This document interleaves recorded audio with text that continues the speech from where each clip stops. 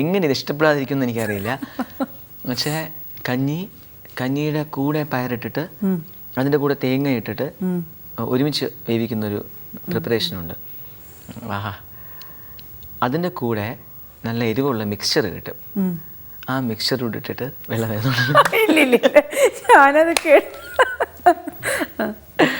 Mixture ഇട്ടിട്ട് അങ്ങനെ കഴിക്കണം. പറ്റുന്നുണ്ടെങ്കിൽ കുറച്ച് തൈര് ഒഴിച്ചാൽ ലേറ്റർ സ്റ്റേജിൽ, ചൂടിൽ ഒഴിക്കാൻ പാടില്ല. അതൊന്ന് തണുത്ത് കഴിയുമ്പോൾ തൈരൂടെ ഒഴിച്ചാലും ഭയങ്കര ടേസ്റ്റാണ്. അതാണ്, you have to try this. ഇത് ട്രൈ ചെയ്തിട്ട് പറയണം. ഇപ്പം പയറിടണം, തേങ്ങ ഇടണം, എന്നിട്ട് ഒരുമിച്ച് കേട്ടോ അത് നോക്കണം. പഞ്ചസാരപ്പാവ് കുക്ക് ചെയ്യാൻ പോയതിനടുത്ത് ഇത് ചെയ്താൽ മതി. അല്ല, പക്ഷേ അത് ചിലപ്പോൾ ഞാൻ അന്നത്തോടു കൂടി ഇതും വെറുത്തേനെ. അത് നിർത്തി. പക്ഷെ ഇതൊക്കെയാണ് എൻ്റെ ടേസ്റ്റ്. പിന്നെ non vegetarian, obviously non vegetarian ഒരുപാട് ഇഷ്ടമുള്ള ആളാണെങ്കിൽ, നല്ലതായിട്ടാണെങ്കിൽ. നേരത്തെ നമ്മൾ +2 ഒരു ടേണിംഗ് പോയിന്റ് ആയിരുന്നു എന്ന് പറഞ്ഞു. ബട്ട് അത് കഴിഞ്ഞൊരു എന്നുവെച്ചാൽ ലവ് മാരേജ് എന്ന് കേട്ടിട്ടുണ്ട്. എപ്പോഴാണ് ഒരു റിയൽ പ്രണയം തുടങ്ങിയത്? റിയൽ പ്രണയം വെച്ചാൽ പ്രണയിക്കുന്ന സമയത്ത് എല്ലാം റിയൽ തന്നെയാണ് നമുക്ക്. Very true. അതെ അല്ലേ? ക്വസ്റ്റ്യൻ അല്ല, ഈവൻ അങ്ങനെയല്ല, ക്യാമ്പസ് ചിലതൊക്കെ ഒരുപാട് ആയുസ് ഉണ്ടായിരുന്നില്ല എന്നുള്ളതാണ്. എല്ലാം ഈ പറഞ്ഞ പോലെ ഒരു 3-4 പ്രണയമൊക്കെ ഉണ്ടായിട്ടില്ല. ചിലതൊന്നും സീരിയസ് ആയിരിക്കത്തില്ല. ഞാൻ അതാണ് എനിക്കങ്ങനെ. പക്ഷെ ഞാൻ ഈ പറഞ്ഞ ഡെപ്തിൽ പോകുന്ന ആളായതുകൊണ്ട് എനിക്ക് അങ്ങനെ സീരിയസ് അല്ലാത്ത പ്രണയങ്ങൾ താല്പര്യം വന്നിട്ടില്ല. അങ്ങനെ അല്ലാതെ വന്നാൽ പോലും ഞാൻ തന്നെ അങ്ങ് സീരിയസ് ആക്കും അതിനെ, ഒരാവശ്യമില്ലാണ്ട്. എന്നിട്ട് നമ്മൾ തന്നെ കിടന്ന് അനുഭവിക്കുകയും ചെയ്യും. അപ്പോൾ സീരിയസ് പ്രണയം എന്നൊക്കെ പറഞ്ഞു കഴിഞ്ഞാൽ ലക്ഷ്മി ആദ്യം കാണുന്നത് യൂണിവേഴ്സിറ്റി കോളേജിൽ പഠിക്കുമ്പോൾ. അവൾ MA പഠിക്കാൻ വരുന്നു. ഞാൻ MA ഉണ്ട് അവിടെ. അവൾ ഹിന്ദിയാണ്, ഞാൻ സംസ്കൃതാണ്. അപ്പോൾ അവിടെ വെച്ചിട്ട് പരിചയപ്പെടാൻ കാരണം വെച്ചാൽ അവൾ വെജിറ്റേറിയനാണ്. ലക്ഷ്മി എന്നുള്ള പേര് എനിക്കിഷ്ടമാണ്. പിന്നെ വെജിറ്റേറിയൻ ആയിരിക്കണം പെൺകുട്ടികൾ എന്നുള്ള ഭയങ്കര താല്പര്യമാണ്. നിർബന്ധമൊന്നുമില്ല. പക്ഷെ എന്നാലും എനിക്ക് തോന്നിയിട്ടുണ്ട് പെൺകുട്ടികൾക്ക് അല്ലെങ്കിൽ സ്ത്രീകൾക്ക് ഭയങ്കര അവരുടെ ഫെമിനൈൻ നേച്ചറിനില്ലേ, ഈ ഇറച്ചിയൊന്നും കടിച്ചു വലിക്കുന്നതൊക്കെ ഇല്ലേ, ചേരാത്ത പോലെ തോന്നും.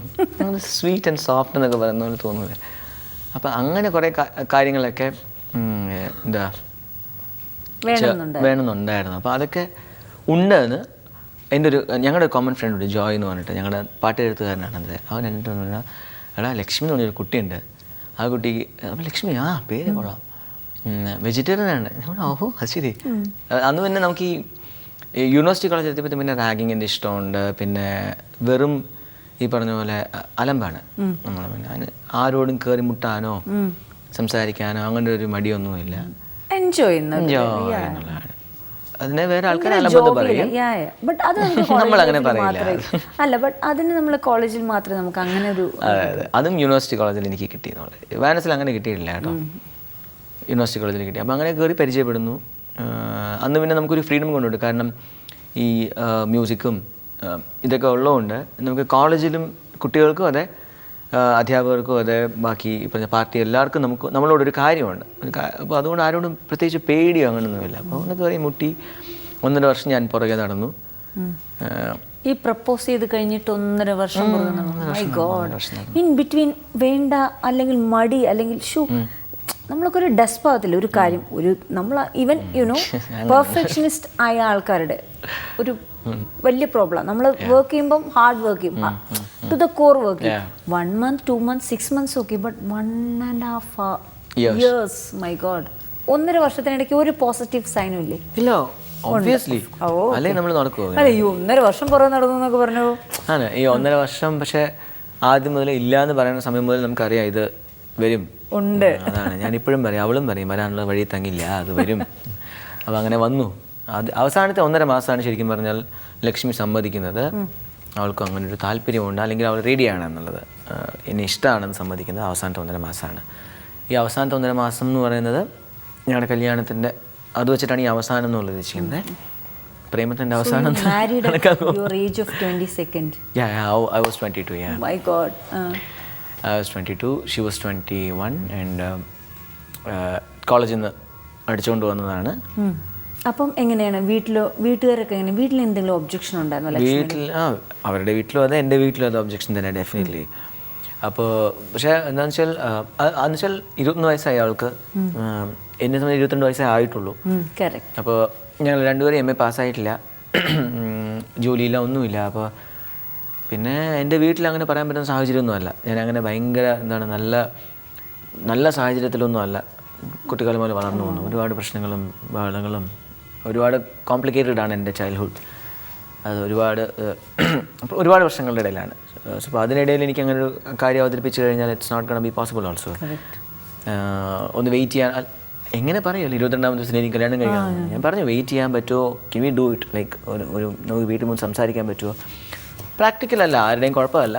അപ്പോൾ ആ കുട്ടിയുടെ വീട്ടിലും ഇങ്ങനെ വേറെ കല്യാണ ആലോചനകളും ഒക്കെ വരുന്നുണ്ട്. ഒരു കല്യാണം ഏകദേശം ഉറച്ചു വയ്ക്കുന്ന അവസ്ഥയാണ്. തീർച്ചയായിട്ടും. കാര്യം ഗേൾസ് എന്ന് പറയുമ്പം 21 വയസ്സാണ്. അപ്പോൾ അത് ഞങ്ങളുടെ ക്രിസ്മസ് ഹോളിഡേയ്സ് ആണ്. ക്രിസ്മസ് ഹോളിഡേയ്സ് വരാൻ പോകണു, അടുത്ത ദിവസം മുതൽ വരാൻ പോവാണ്. അന്ന് ആ ആഴ്ചയിൽ അവരുടെ കല്യാണം നിശ്ചയിക്കുകയാണ്. അപ്പോൾ എനിക്ക് വേറെ ഓപ്ഷൻസ് ഒന്നുമില്ല. ഞാൻ എന്ത് ചെയ്തു, അവളോടൊന്നും പറഞ്ഞൊന്നുമില്ല. ഞാനും ഒരു ട്യൂഷൻ സാറും കൂടെ നേരെ അവളുടെ വീട്ടിൽ പോയി. പോയിട്ട് പെണ്ണ് വയ്ക്കാൻ പോകും. ആക്ച്വലി സീരിയസ്ലി അല്ല, അപ്പോൾ വീട്ടുകാർക്ക് അറിയാം ഇങ്ങനെ ബാലഭാസ്കർ ഉണ്ടെന്ന്? ബാലഭാസ്കർ എന്ന് പറഞ്ഞ ഏതോ ഒരു സിനിമാക്കാരൻ ഇവളുടെ പുറകെ നടപ്പുണ്ട് എന്നിങ്ങനെ കേൾക്കുന്നുണ്ട്. അത് ഈ സിനിമാക്കാരൻ ബാലഭാസ്കർ എന്നുള്ള പേരൊക്കെ ഏതോ താടിയൊക്കെ വളർത്തി ഏതോ ഒരു വലിയ ആളെന്നുള്ള രീതിയിലേക്കാണ് എനിക്കാണ് അവർ പ്രതീക്ഷിച്ചത്. ഞാൻ അന്ന് വെച്ചാൽ ഇതിനേക്കാളും വൃത്തികെട്ട പോലെയാണ്. ഞാൻ കുറച്ചുകൂടെ ഭേദമാണ് ഇന്ന്.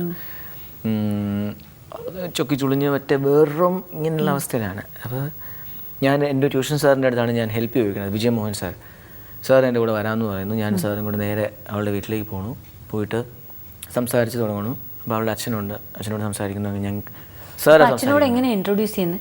അല്ല, ഞാനൊന്നും പറഞ്ഞിട്ടില്ല. അപ്പോൾ എൻ്റെ ധാരണ ഞാൻ ബാലഭാസ്കർ ആണെന്നുള്ള രീതിയിൽ തന്നെ പറയണം, എനിക്കിങ്ങനെയാണ് താല്പര്യം എന്ന് പറയണം എന്നൊക്കെയാണ്. പക്ഷേ ദൈവം സഹായിച്ച് അന്ന് ഈ കേബിൾ TV ഒന്നും അത്ര അങ്ങനെ ആയി വന്നിട്ടില്ല. ഞാനും അങ്ങനെ ഒരുപാട് ആയിട്ടില്ല. ഞാനും അങ്ങനെ ഒരുപാട് കാണുന്നില്ല, TV യിലൊന്നും വന്നിട്ടില്ല. അപ്പോൾ സാർ ഇങ്ങനെ അവിടെ നിന്ന് പറയുകയാണ്, സാർ നമുക്ക് എങ്ങനെയെങ്കിലും കല്യാണം നടത്തി കൊടുക്കണം, കുറച്ച് നാൾ നമുക്ക് വെയിറ്റ് ചെയ്യാം, സോ ദാറ്റ് ഇവർക്കൊക്കെ ഒന്ന് സ്റ്റേബിളായിട്ട് പഠിത്തമൊക്കെ കഴിഞ്ഞിട്ട് ജോലിയൊക്കെ ആയിട്ട്. അപ്പോൾ പുള്ളിക്കാരൻ ഭയങ്കര അതെങ്ങനെ നടത്തി കൊടുക്കാൻ പറ്റും, ഞങ്ങൾ വേറെ കല്യാണം ഇങ്ങനെ തീരുമാനിച്ചു വെച്ചിരിക്കുന്നു, അങ്ങനെയല്ലേ ഇങ്ങനെയല്ലേ, ഞങ്ങൾക്ക് അങ്ങനെ നടത്തി കൊടുക്കാൻ പറ്റുന്ന അവസ്ഥയൊന്നുമല്ല, പറ്റില്ല, അങ്ങനെയല്ലേ ഇങ്ങനെയല്ലേ. ഇപ്പോൾ എന്നിട്ട് എൻ്റെ അടുത്ത് ചോദിച്ചു, ഇയാളുടെ പേരെന്താ എന്ന് ചോദിച്ചു കേട്ടോ എൻ്റെ അടുത്ത്.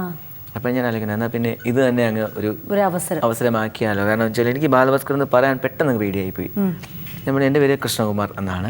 ഞാൻ മലയാളത്തിലാണ് പഠിക്കുന്നത്. അപ്പോൾ ഇവർ രണ്ടാൾക്കാരും എൻ്റെ ഫ്രണ്ട്സാണ് എന്ന് പറഞ്ഞു. എന്നിട്ട് ഞാൻ അതിനെ അങ്ങ് സോഫ്റ്റാക്കി എങ്ങനെയെങ്കിലും അവരെങ്ങനെയെങ്കിലും നടത്തി കൊടുക്കാൻ പറ്റിയാൽ നല്ലതായിരിക്കും എന്നൊക്കെ ഇങ്ങനെ ആലോചിച്ചുകൊണ്ടിരിക്കുക. ഉച്ചയാകുമ്പോൾ അവളുടെ അനിയൻ വരും. സെയിം കോളേജിൽ. അവൻ എന്നെ അറിയാം, പുള്ളിക്ക് എന്നെ അറിയാമെന്നുള്ളതുകൊണ്ട് തന്നെ എനിക്ക് ടെൻഷനാണ്. എത്തിക്കഴിഞ്ഞാൽ ചിലപ്പോൾ ചളമാവും. കൃഷ്ണകുമാറോ ഇയാളെന്തിനാ ഇവിടെ, ചളമായി കഴിഞ്ഞാൽ അവളുടെ ബന്ധുക്കളൊക്കെ തൊട്ടടുത്തുണ്ട്. അപ്പോൾ എന്തെങ്കിലും അടിയൊക്കെ കൊണ്ട് വരേണ്ടി വരുമല്ലോ എന്നൊരു എന്തോന്നറിയില്ല, ചെറിയ പേടി ഉണ്ടാകാം. അപ്പം അങ്ങനെ ഞാൻ പറയുന്നു, സാർ നമുക്ക് പോകാം സാർ. നടക്കില്ലെന്ന് ഏകദേശം എനിക്ക് മനസ്സിലായി. അവളുടെ അമ്മ വരുന്നു, കരച്ചിൽ, എന്താ അങ്ങനെയാണ് ഇങ്ങനെയാണ്, ഞാൻ ഇവിടെയൊക്കെ നാട്ടുകാരെയൊക്കെ വിളിച്ചു കൂട്ടും, ഇങ്ങനെയാണോ. ഞാൻ പറഞ്ഞു, അമ്മ കരയേണ്ട അമ്മ, ഒരു പ്രശ്നമില്ല, ഞാൻ അവരുടെ അടുത്ത് പോയി സംസാരിക്കാം, അവരുടെ അടുത്ത് പോയിട്ട് ഞാൻ മനസ്സിലാക്കി കൊടുക്കാം, വേണ്ട ഇതൊന്നും വേണ്ട എന്നൊക്കെ പറഞ്ഞു കൊടുക്കാം. സാറ് വിടുന്നില്ല. സാറ് പിന്നെ അങ്ങനെ അല്ല ആൻറ്റി, നമുക്കിത് എങ്ങനെയെങ്കിലും നമുക്കിത് നടത്തി കൊടുത്താൽ അല്ലേ അവർക്ക് അല്ലേ ഒരുമിച്ച് ജീവിക്കാൻ പറ്റിയാലോ. ഞാൻ പിന്നെ സാർ പോവാം സാർ, എന്നുവെച്ചാൽ എനിക്ക് പോകാണല്ലോ, എന്തെങ്കിലും ഇഷ്യൂ ഉണ്ടാകുന്നതിന്. ആൻറ്റി പിന്നെ ഇല്ല ഞാനിപ്പോൾ ആളെ വിളിച്ചു കൂട്ടും. ഞാൻ പിന്നെ ആൻറ്റി കുഴപ്പമില്ല ആൻറ്റി, ഞാനിപ്പോൾ സോൾവ് ചെയ്ത് തരാം, ഞാനൊന്ന് കോളേജിൽ എത്തിക്കോട്ടെ, അത് കഴിഞ്ഞിപ്പോൾ തീർത്ത് തരാം. വന്നോ ബ്രദർ? ഇല്ല. അപ്പോഴത്തേക്കും ആൻറ്റി അപ്പോൾ അതാണ് എനിക്ക് ഏറ്റവും ഇഷ്ടപ്പെട്ട അമ്മയുടെ ഒക്കെ ഒരു ഡയലോഗുണ്ട്, ഇയാൾക്ക് എന്താ പറഞ്ഞിട്ട് മനസ്സിലാവാത്ത, ആ പയ്യന് വരെ പറഞ്ഞിട്ട് മനസ്സിലാവുന്നുണ്ടല്ലോ കാര്യം. ഞാൻ എന്ന് പറഞ്ഞു കഴിഞ്ഞാൽ അപ്പം എൻ്റെ മനസ്സിൽ മുഴുവൻ പ്ലാനിങ് ആണ്. രാജഭക്തി വിജയമോഹൻ സാർ, അതിന് അതാണ് സാറിന് മനസ്സിലായി. സാറ് പിന്നെ അവിടെ ഓക്കെ ഇങ്ങനെ നടത്തി കൊടുക്കണം. അത് ഇവിടെ സാർ പോവാം സാർ പോവാം ഇവിടെ നിർത്തിടും, അല്ല ഞാൻ പോവാം സാർ പോവാം. അവസാനം എങ്ങനെയൊക്കെയോ വലിച്ചിറക്കി അവിടുന്ന് സാറ് ഞാൻ നിങ്ങളുടെ കോളേജിലെത്തി. സാറ് പോയി. ഞാൻ പോയിട്ട് ലക്ഷ്മി അടുത്ത് പറയണം, ഇങ്ങനെ ഇങ്ങനെയാണ് ഇഷ്യൂ, നീ ഇന്ന് തിരിച്ച് കോളേജിൽ പോകുകയാണെന്നുണ്ടെങ്കിൽ വീട്ടിൽ പോകുകയാണെന്നുണ്ടെങ്കിൽ തിരിച്ച് നീ കോളേജിൽ എത്താൻ പറ്റില്ല. അപ്പോൾ അതുകൊണ്ട് 2 ചോയ്സ് ഉണ്ട്. ഒന്ന് നിനക്ക് പോവാം, ഇല്ലെങ്കിൽ എൻ്റെ കൂടെ വരാം. എൻ്റെ കൂടെ വരികയാണെന്നുണ്ടെങ്കിൽ നമുക്ക് ഒരുമിച്ച് ജീവിക്കാൻ ശ്രമിക്കാം. ഞാൻ അന്നങ്ങോട്ട് തീരുമാനം എടുക്കാൻ കാരണവും ഉണ്ട്. കാരണം എല്ലാവരെയും എതിർത്തിട്ട് അല്ലെങ്കിൽ അങ്ങനെ ഒരു തൻ്റെ ഇടം കാണിക്കാനായിട്ട് എടുത്തൊരു തീരുമാനമൊന്നും ആയിരുന്നില്ല. എനിക്ക് അന്നൊരു എസ്കേപ്പിസം ആവശ്യമുണ്ടായിരുന്നു എൻ്റെ ലൈഫിൽ. കാരണം ഞാൻ പറഞ്ഞില്ല, ഞാൻ ഒരുപാട് കോംപ്ലിക്കേറ്റഡ് ആയിട്ടുള്ള കുട്ടിക്കാലത്ത് ജീവിച്ച ആളാണ് ഞാൻ. അപ്പം എനിക്ക് ശരിക്കും പറഞ്ഞാൽ എനിക്ക് തുറന്ന് കാര്യങ്ങൾ സംസാരിക്കാൻ പറ്റിയതും എൻ്റെ നല്ലൊരു ഫ്രണ്ടായിരുന്നു ലക്ഷ്മി. നല്ല സപ്പോർട്ടീവായിട്ടുള്ളൊരു ക്യാരക്ടറായിരുന്നു. അപ്പോൾ എൻ്റെ അച്ഛൻ എപ്പോഴും പറയും, നീ ഒരു കണക്കിന് രക്ഷപ്പെട്ടതാണ്. ബിക്കോസ് അവിടെ നിന്നാണ് ശരിക്കും പറഞ്ഞാൽ ഞാൻ എൻ്റെ ലൈഫ് സ്റ്റാർട്ട് ചെയ്യുന്നത്. അതുവരെയൊക്കെ ഞാൻ വേറെ ഒരു ലീഗിൽ ഇങ്ങനെ പോകുന്ന ഒരാളായിരുന്നു. അവിടെ മുതൽ സ്റ്റാർട്ട് ചെയ്യുന്നു, അവിടെ മുതൽ ഫോക്കസ് ആവുന്നു. ലക്ഷ്മി അന്ന് ആദ്യം പറഞ്ഞില്ല, പറ്റത്തില്ല. ആദ്യം she was not ready obviously. കാരണം എനിക്ക് ജോലിയില്ല, അവൾക്ക് ജോലിയില്ല, കയ്യിൽ സർട്ടിഫിക്കറ്റ്സ് ഇല്ല, SL സർട്ടിഫിക്കറ്റ്സ് പോലും ഇല്ല, ഒന്നുമില്ല, പൈസ ഇല്ല, എങ്ങനെ ഇറങ്ങി വരും, ഡ്രസ്സില്ല, എങ്ങനെ ഇറങ്ങി വരും. പക്ഷെ ഞാൻ പറഞ്ഞു, എനിക്കറിയില്ല, ഇതൊന്നും എനിക്കറിയില്ല. പക്ഷേ ഒരു കാര്യം ഞാൻ ഉറപ്പ് പറയാം, ഞാൻ പട്ടിണി കിടത്തില്ല.